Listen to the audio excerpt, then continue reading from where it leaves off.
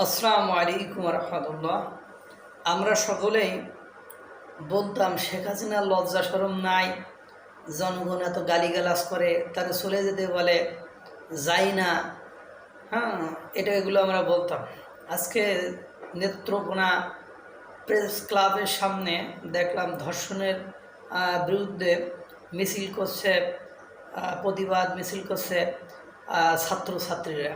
সেখানে যারা নারী শিক্ষার্থী আছে তারা বলছে যে যে স্বরাষ্ট্র উপদেষ্টা নিরাপত্তা দিতে পারে না, যে আইন উপদেষ্টা নিরাপত্তা দিতে পারে না, যে প্রধান উপদেষ্টা নিরাপত্তা দিতে পারে না, এমন উপদেষ্টা আমাদের দরকার নেই। মানে কথা কি বুঝতেছেন? অর্থাৎ ডক্টর মোহাম্মদ ইউনূস সরকার বাংলাদেশের নিরাপত্তা দিতে পারে না। এই নিরাপত্তা না দিতে পারলে এরকম উপদেষ্টা আমাদের দরকার নেই।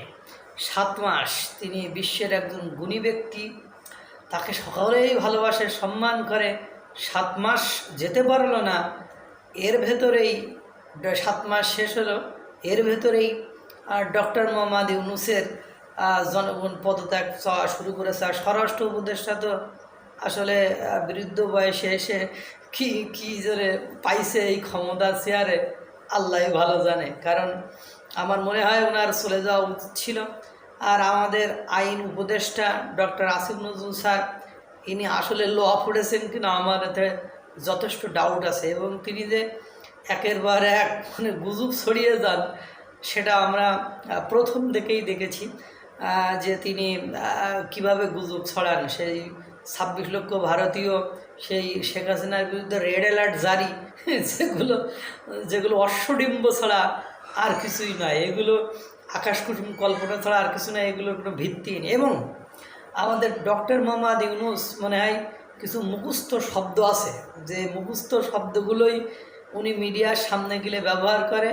এই জুলাই গণঅভ্যুত্থান, এই শিক্ষার্থীদের জীবন দেওয়া, তারপরে সব দোষ আপনার শেখ হাসিনার উপর চাপিয়ে দেওয়া। যেমন আইন শৃঙ্খলার বিষয়টি পুরোটাই যখনই আমি যে মিডিয়ায় কথা বলে আমি দেখি সে শেখ হাসিনার উপরে চাপিয়ে দেয়, অর্থাৎ পতিত সরকারের উপর চাপিয়ে দেয়। কিন্তু দুর্ভাগ্য হলো সত্য যে তিনি আজও পর্যন্ত একটা বড় কোনো প্রমাণ নিয়ে আসতে পারেনি যে এই প্রমাণ দিয়ে আমি এটা দেখাচ্ছি যে বাংলাদেশের বর্তমান সময়ে যে আইন শৃঙ্খলার অবনতি হয়েছে, সেই অবনতির জন্য এই আওয়ামী লীগ বা আওয়ামী লীগ লেসপেন্সার বা আওয়ামী লীগের দালাল দোসর এরাই দায়ী, এরকম দেখাতে পারিনি। এটাই আমার কাছে সবচেয়ে বেশি মানে লজ্জা লাগে যে একজন বিশ্বমানের নোবেল লরিয়েট, একজন বিশ্বের পরিচিত ব্যক্তি, তার মুখ দিয়ে কখনো সত্যটা বাইর হয় না। এটা আমার কাছে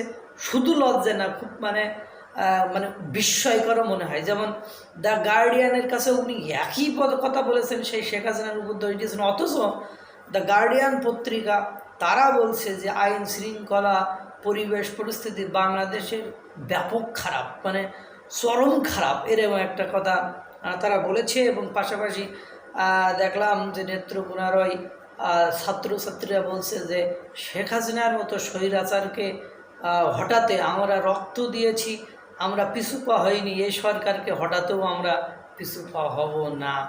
অর্থাৎ বোঝা গেল ইতিমধ্যে বাংলাদেশের এর আগে আপনারা দেখেছেন প্রত্যেকটা বিশ্ববিদ্যালয়ের ছাত্রছাত্রীরা মাঠে নেমে এসেছে এই আইন শৃঙ্খলার এই অবনতি বা এই খারাপ অবস্থার জন্য, বা ধর্ষণ যেভাবে হচ্ছে এটার কারণে। এবং ইতিমধ্যে আপনারা দেখছেন যে প্রধান উপদেষ্টার অনেকেরই পক্ষ থেকে পদত্যাগ চাওয়া হচ্ছে। যে মেয়েরা বলছে যে এখন বাড়ি থেকে বের হলে মারা বলে মা বাইরে না গেলে হয় না, যে নিরাপত্তাহীনতার কথা ভেবে আমাদের মায়েরা আমাদের বাইরে যেতে নিষেধ করে।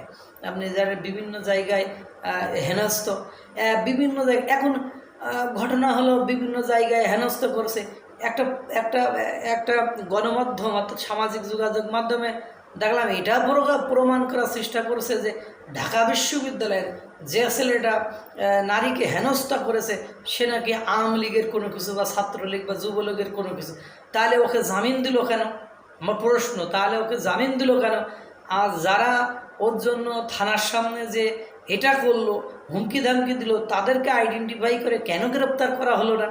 এটাও কিন্তু একটা বিষয়। এগুলো কিছু কিছু গণমাধ্যম আছে, তাদের কাজই হলো গুজব রটানো, কাজই হইল একটা নিজের দোষ অন্যের কাছে চাপানো। এবং ডক্টর মোহাম্মদ ইউনূস তো বরাবর সেই কাজই করে যাচ্ছেন।